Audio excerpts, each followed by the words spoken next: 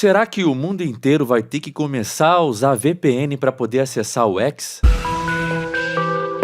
Este é o Visão Libertária, sua fonte de informações descentralizadas e distribuídas. Ajude a propagar as ideias de liberdade. Deixe o seu like e compartilhe com seus amigos. Um artigo seu pode virar vídeo aqui também, sabia? Esse artigo foi escrito por Tom Félix, revisado e narrado por Leafar do Leafarverso.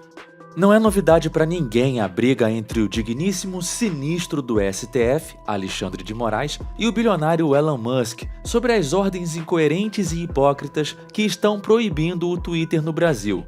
Por consequência, essas ordens anticonstitucionais, com aplicação de multas extremamente altas caso não fossem obedecidas, não dão possibilidade de recorrer ao processo legal, que, em teoria, é garantido pelo nosso papelzinho mágico assinado em 88, que alguns chamam de Constituição.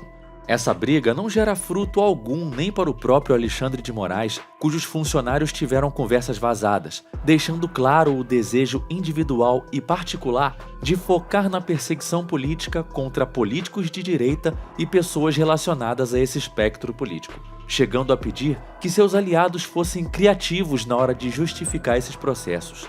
Uma atitude antiética e imoral, que coloca no chinelo as informações vazadas do juiz Sérgio Moro, que praticamente anularam a maioria das condenações da Operação Lava Jato em cima do atual presidente Lula. Esse tipo de material, obviamente, dá margem para um impeachment, fazendo com que as pessoas ao redor dele tenham medo de obedecê-lo, temendo serem culpadas posteriormente por seguirem ordens ilegais.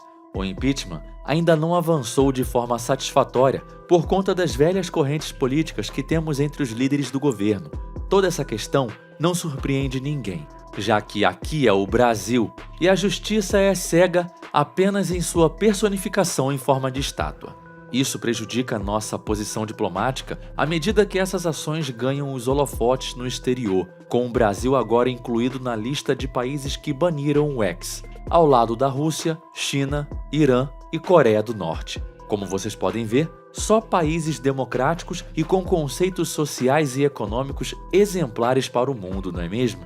Porém, por mais impressionante que possa parecer, vários outros países que não são ditaduras descaradas também querem seguir o mesmo caminho. O país em destaque nesse vídeo não é uma grande novidade, já que a Austrália tem adotado algumas leis autoritárias nos últimos anos, além de ter implementado um dos lockdowns mais rígidos do mundo durante a pandemia. Recentemente, o país apresentou uma proposta de lei para multar redes sociais em até 5% de sua receita anual, caso não removam publicações que o governo considere enganosas ou informações falsas que causem danos graves com intenções religiosas ou políticas. Esse já é um assunto antigo no Brasil, onde algumas leis e até a própria Constituição são interpretadas conforme a vontade das elites políticas de Brasília. Muito provavelmente, até memes seriam classificados como algo com intenções políticas, já que o governo demonstrou não acreditar que memes na internet sejam algo feito de maneira orgânica, como no caso dos memes do Tachad. O Estado é o ser todo-poderoso que decide o que é verdade ou mentira.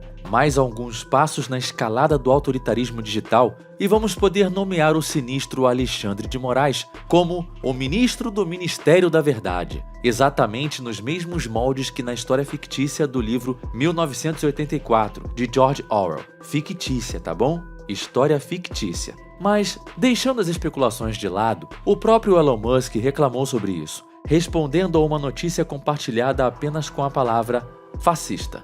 Vale ressaltar que não é uma atitude inteligente repetir o gesto dos esquerdistas de acusar alguém de fascista, mesmo que muitas vezes eles concordem com os gestos do alemão do bigodinho e com a doutrina de Mussolini de tudo para o Estado e nada fora do Estado. O governo australiano, obviamente, não reagiu bem, e muitos políticos repetiram o discurso bonito de que o projeto visa combater alegados danos causados pela desinformação à segurança, saúde e bem-estar dos australianos, bem como à democracia, à sociedade e economia da Austrália.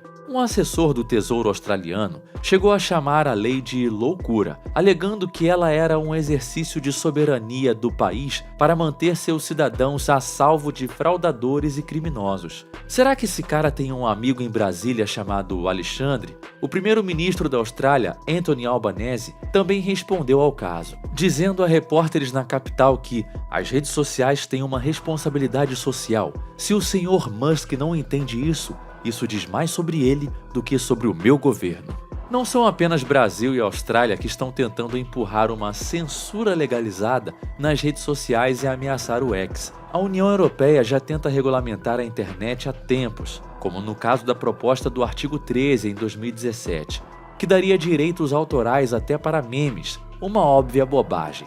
Nós, libertários, sabemos que propriedade intelectual não existe, pois é um crime sem vítima e vai de encontro com toda a lógica por trás do conceito de propriedade. Os países ao redor do mundo estão focando em medidas contra o X por ele tentar resistir a essas demandas, enquanto a maioria das outras empresas prefere não comprar briga com os estados na esperança de saírem ilesas, o que não poderia ser mais ingênuo. Pode ter certeza de que grandes empresas como o Google e o Facebook estão na mira para serem derrubadas quando pararem de seguir a cartilha. Na Venezuela, o ditador Nicolás Maduro já baniu o X há muito tempo e recentemente virou piada ao pedir que o governo venezuelano desinstalasse o WhatsApp para evitar narrativas golpistas, sendo flagrado com o app reinstalado no celular dias depois. Isso aconteceu justamente porque as redes sociais se tornaram um meio indispensável para a comunicação hoje, tanto que o próprio TSE chegou a publicar coisas no X após a rede ter sido oficialmente banida do Brasil por ordem de Moraes. O governo pode descumprir suas próprias leis? E como eles sabem quem está acessando o X sem eles mesmos acessarem a plataforma para monitorá-la? De qualquer forma, isso cria uma espiral. Quanto mais o governo tenta censurar algo, mais visibilidade o assunto ganha, especialmente ao remover uma rede social inteira.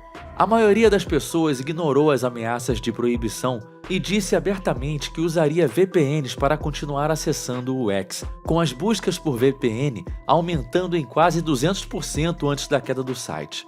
A quantidade de pessoas afirmando isso foi tão grande que o nosso digníssimo Careca impôs uma multa de 50 mil para quem acessasse o aplicativo por VPN, exigindo também a remoção de alguns serviços de VPN mais famosos das lojas de aplicativos, ignorando o processo legal e penalizando serviços e empresas não relacionadas ao processo. Porém, isso também não surpreendeu ninguém, já que é rotina por aqui. Para você ter ideia do absurdo, o valor de 50 mil reais é maior que a fiança média para o crime de tráfico de drogas, que era de 20 mil reais. Ou seja, está sendo menos arriscado plantar maconha na sua residência para vender para os amigos bitcoinheiros do que acessar um site em que a maioria das atividades consiste apenas em ler notícias antes de todo mundo, falar besteiras com convicção e refutar perfis esquerdistas. O que está acontecendo no Brasil pode parecer extraordinário, mas só vai se tornar mais comum nos próximos anos, com governos ao redor do mundo aplicando censura em conteúdos negativos e as pessoas encontrando formas de burlar essa censura. Quanto mais rígido o governo tenta ser, menos controle ele terá sobre a informação na internet. Ao contrário do que muitos previam no começo dos anos 2000, o futuro da internet não será controlado por um órgão nacional ou global, mas sim cada vez mais livre e descentralizado. Estamos apenas no começo dessa transformação.